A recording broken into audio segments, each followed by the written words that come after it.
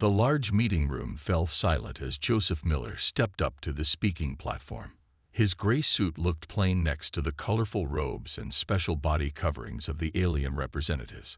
As Earth's ambassador to the Galactic Council for the past 8 years, he knew every face in this room, and most of them had never shown him respect. "People of the Galactic Council," Joseph said, his voice steady despite his racing heart.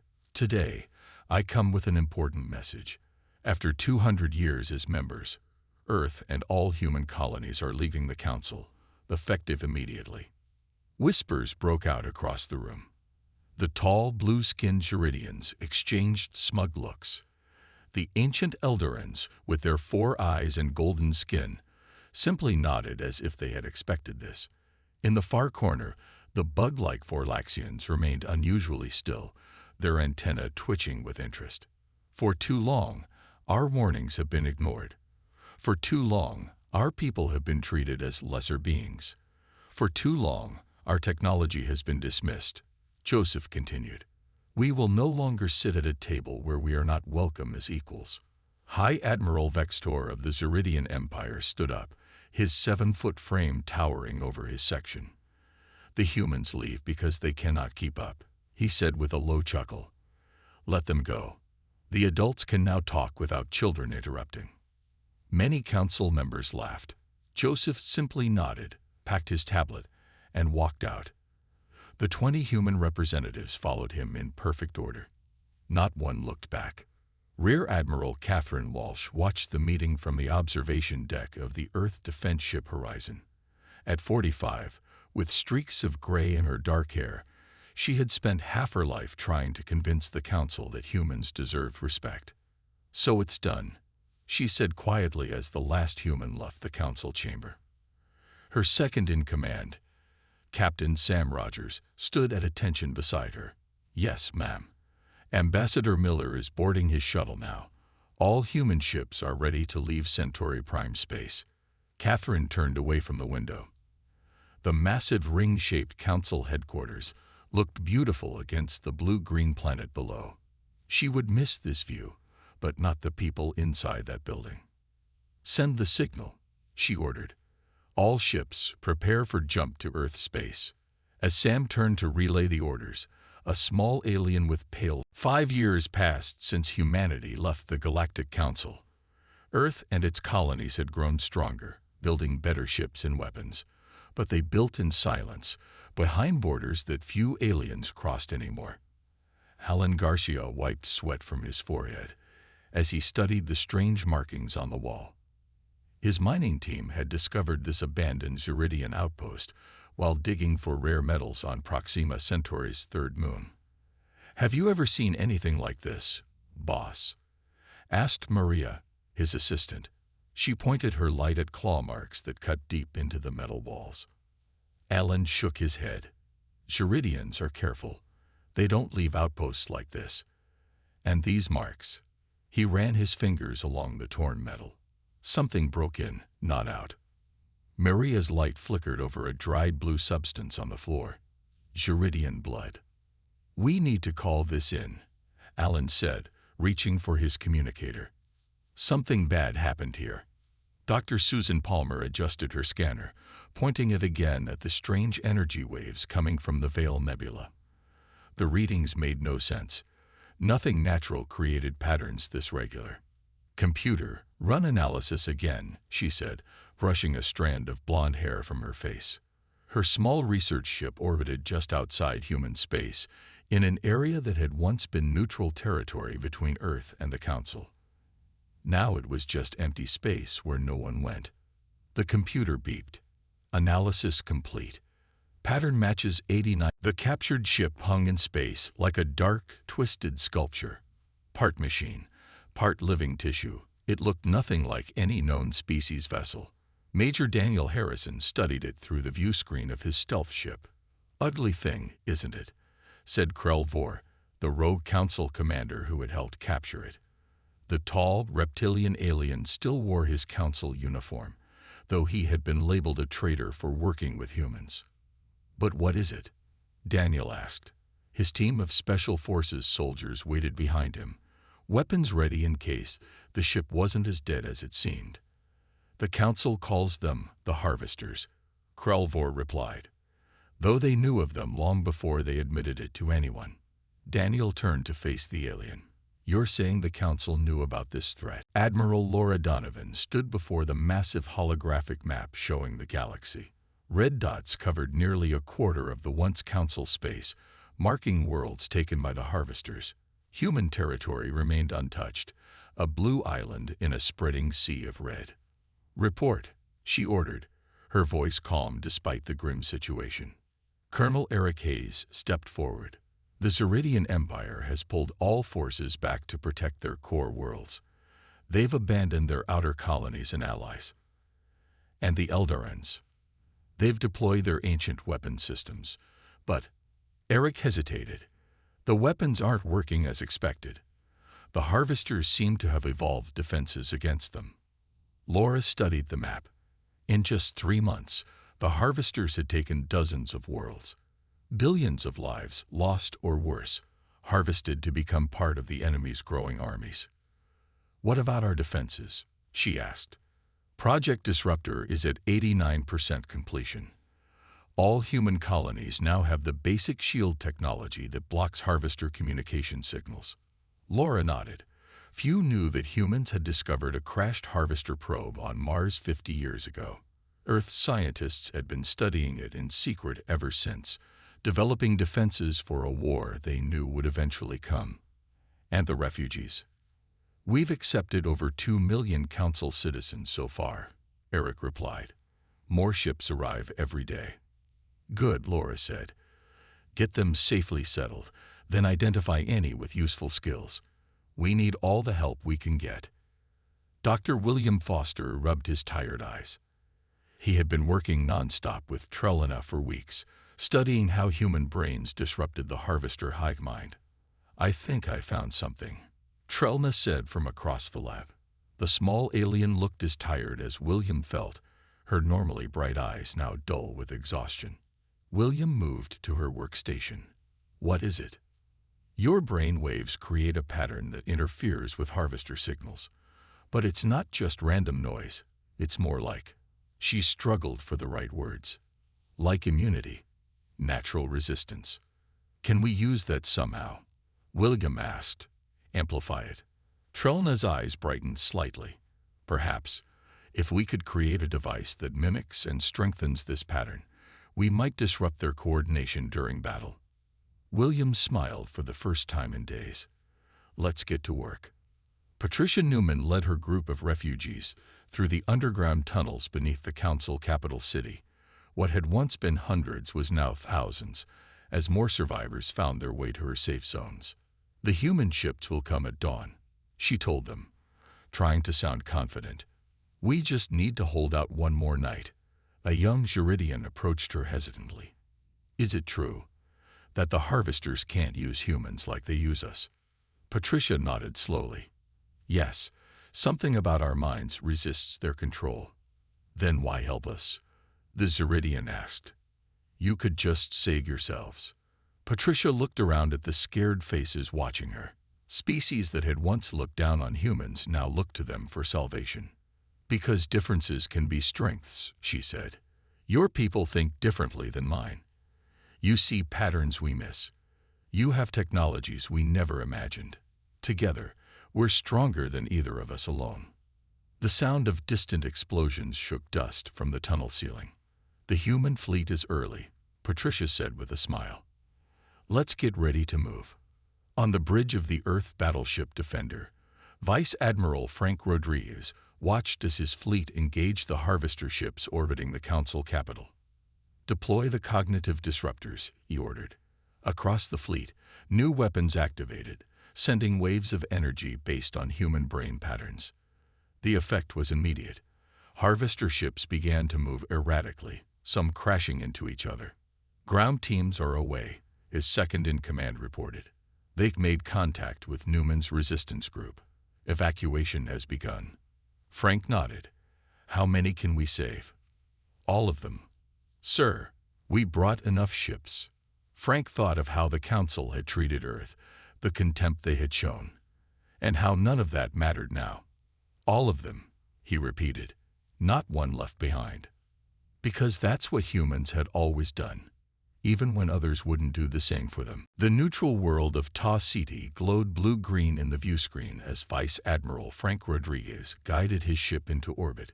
Below, on the planet's surface, the emergency summit was about to begin. Nearly a third of Council space had fallen to the Harvesters, and pride was finally giving way to desperation. "Admiral, we're receiving the landing coordinates now," said Lieutenant Sharon Lewis, her fingers moving quickly over the controls. Frank nodded. "Prepare my shuttle, and keep all weapon systems on standby. I don't entirely trust this meeting." As his shuttle descended toward the planet's surface, Frank thought about how strange life could be. 5 years ago, humans had left the Council in anger. Now the Council was begging for their help. The meeting hall was filled with representatives from surviving Council worlds. Some Frank recognized, others were new faces who had risen to power as their governments collapsed. At the center table sat Council's Supreme Leader Dravkor, once the most powerful being in the galaxy. Now he looked old and tired. "Vice Admiral Rodriguez," Dravkor said, rising as Frank entered. "Thank you for coming." Frank took his seat across from the alien leader. "I'm here to listen to your proposal." Dravkor's 4 eyes blinked slowly. "The situation is dire. The Harvesters have taken 27 major worlds. Billions are dead or—" He couldn't finish the sentence. "Converted," Frank said flatly. "Made part of their army." "Yes." Dravkor's voice was barely a whisper. "We need Earth's help. Your technology seems effective against them in ways ours is not." Frank leaned forward. "And what are you offering in return?" The room grew tense. Frank knew his words sounded cold, but this wasn't about revenge. Earth needed to be sure the Council was truly ready to work together. "Full partnership," Dravkor said finally. "Equal standing. Access to all Council resources and technologies." Frank nodded slowly. "And command of the war effort." Murmurs broke out across the room. This was the real test. Would the Council truly put aside centuries of looking down on humans and accept their leadership? Before Dravkor could answer, alarms began to sound throughout the building. "Harvester ships entering the system," shouted a communications officer. "At least 30 vessels." Frank was already on his feet. They knew about this meeting. Someone leaked the information. Dravkor looked around wildly. "We need to evacuate." "No," Frank said firmly. "We need to stand and fight. Together." He activated his communicator. "All Earth ships, deploy cognitive disruptors, and prepare for battle. Protect the planet at all costs." The space above Ta City turned into chaos as human ships engaged the Harvester fleet. Nicole Vance watched from her research vessel, which had been modified to amplify the disruptor signals. "Power at maximum," her assistant reported. "Disruption field expanding." Nicole nodded, watching her screens as the Harvester ships began to slow and move erratically. The technology was working, but there were too many enemy vessels. "We need more power," she said. "Redirect everything to the main emitter." "That includes life support," her assistant warned. Nicole smiled grimly. "We'll hold our breath." As the disruption field expanded, a Harvester ship turned suddenly, heading straight for a Council evacuation vessel filled with civilians. 3 human fighters moved to intercept, placing themselves between the threat and the defenseless ship. Nicole watched in horror as the Harvester vessel collided with the human ships, destroying all 4 vessels in a massive explosion. The Council ship escaped unharmed. Throughout the battle, similar scenes played out. Human crews sacrificing themselves to save Council ships and civilians, not out of duty or orders, but simple human decency. As the last Harvester ships retreated or were destroyed, Nicole received a message from the planet below. The Council had unanimously voted to accept all of Earth's terms. The tide was turning, and it was humanity leading the way. Fleet Admiral Gregory Hoffman looked at the faces around the war room table. Human officers sat side by side with Council representatives, planning the largest military operation in galactic history. Operation Pushback begins in 12 hours, Gregory said, his deep voice filling the room. Our goal is to reclaim these 3 star systems. He pointed to red areas on the holographic map. A Jeridian commander raised his hand. My ships are faster than human vessels. We should lead the attack. And our Eldarin energy weapons have better range, added another alien officer. Gregory nodded. That's exactly why we've reorganized our fleet structure. Each battle group will have both human and council ships, using our strengths together. He turned to the holographic display. Human ships will deploy cognitive disruptors to confuse their hive mind. Council ships will then strike with your superior weapons while they're vulnerable. The room filled with murmurs of agreement. After centuries of division, they were finally fighting as one. Elizabeth Chen walked quickly through the crowded corridor of the Joint Command Station. As the chief human diplomat, she spent her days solving problems between species that had only recently been enemies. Ambassador Chen called a voice behind her. She turned to see Krell Vor, the rogue council commander who had helped humans capture the first harvester ship. The Jeridians are arguing with the Eldarans again, he said, falling into step beside her. Something about fleet positions. Elizabeth sighed. Ancient rivalries die hard. But they must die, Krell Vor said firmly, or we all will. They entered a meeting room where representatives from both species were shouting at each other. Elizabeth cleared her throat loudly. Gentlemen, she said, her voice cutting through the noise. While you argue the harvesters take another world every day, is your pride worth billions of lives? The room fell silent. Elizabeth looked from face to face. Humans spent centuries being underestimated by all of you, she continued. We could have let you fall. Instead, we chose to help. Can you not do the same for each other? Slowly, the aliens returned to their seats. The alliance would hold, at least for another day. Dr. Richard Coleman looked down at the being on the medical table. Once, it had been a Jeridian female. Now, half her body was covered with harvester technology. Her eyes opened, one natural, one a glowing mechanical orb. Can you save her? Asked the Jeridian official standing nearby. She was my sister. Richard studied the readings. The conversion process is only 40% complete. There's a chance we can reverse it. He had treated dozens of these partially converted victims in recent weeks. Each case taught them more about harvester technology, but each also posed difficult questions. If we remove the implants, Richard explained gently, she will remember everything they made her do. Every person she helped convert or kill. The official's face showed pain, but also determination. She would want to remember, to make amends. Richard nodded and called his medical team. This was the true horror of the harvesters, not just death, but using people against their own kind. Intelligence officer Maya Washington studied the ancient text with growing concern. She had been tracing the first appearances of harvesters in historical records when she found something disturbing. Computer, translate this section again, she ordered. The screen displayed the result, and the visitors from the stars showed favor to all races except the wild ones, the unconnected ones, who they named dangerous and set apart. Maya's hands trembled as she read. The wild ones clearly referred to humans, and this text was over 5,000 years old. This wasn't their first attempt, she whispered to herself. They've been watching us for millennia. She reached for her communicator. Admiral Hoffman needed to see this immediately. The war was much older than anyone realized, and humanity's unique resistance wasn't an accident. It was the result of an ancient battle that their ancestors somehow survived. As alarms sounded again, signaling another harvester attack, Maya knew this information could change everything.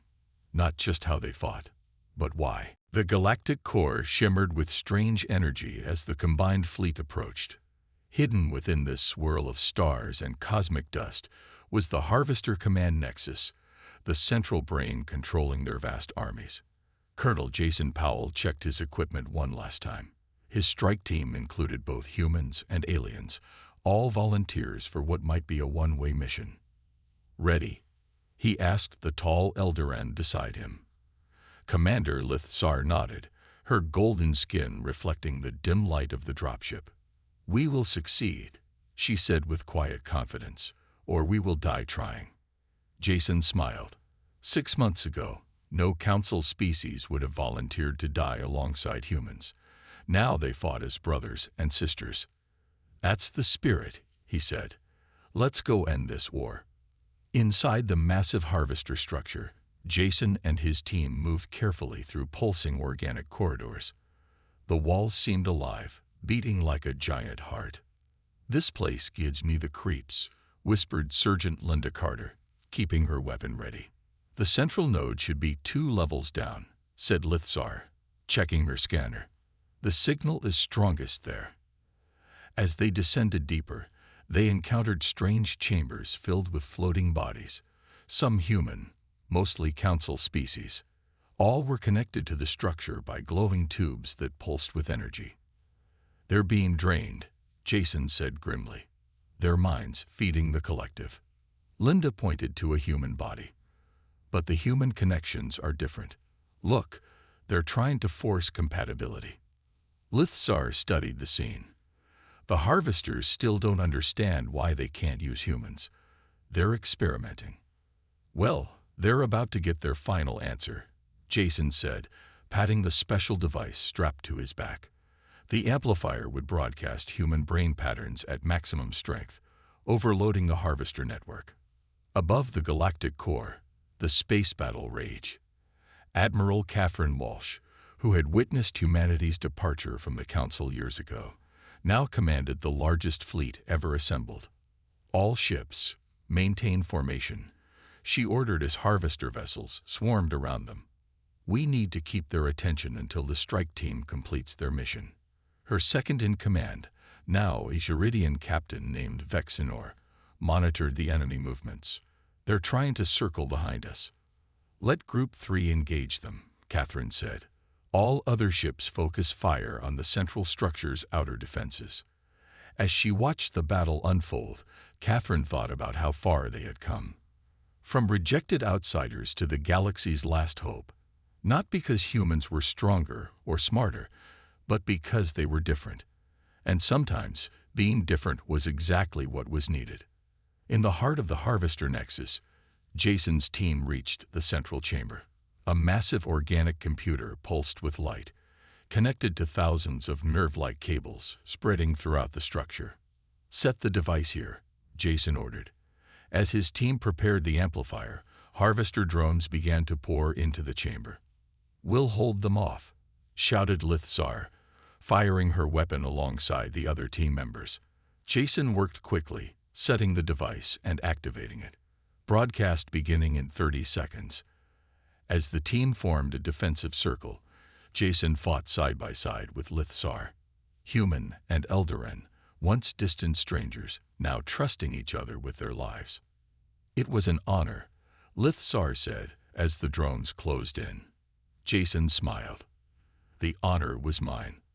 The device activated, sending waves of human brain patterns throughout the harvester network. The effect was immediate and catastrophic. The organic walls began to convulse. Drones fell to the ground, twitching. Throughout the galaxy, harvester ships stopped mid-battle, turning on each other, or simply shutting down. The hive mind was tearing itself apart, unable to process the chaotic human patterns now flooding its system. 1 year later, Admiral Catherine Walsh stood on the platform of the new Council headquarters, built on Earth. Representatives from all surviving species gathered below as she prepared to open the first session of the new Galactic Alliance. "We stand here today, not as conquerors," she said, her voice carrying across the crowd, "but as equals who learn the hardest way possible that our differences are our greatest strength." The new council chamber had seats of equal size and height for all species. No longer would any race look down on another. "Together," Catherine continued, "we will rebuild. Together, we will heal. And together, we will be ready if danger ever threatens our shared home again." As the cheers rose from the crowd, Catherine looked to the stars. Somewhere out there, new challenges awaited, but this time they would face them united.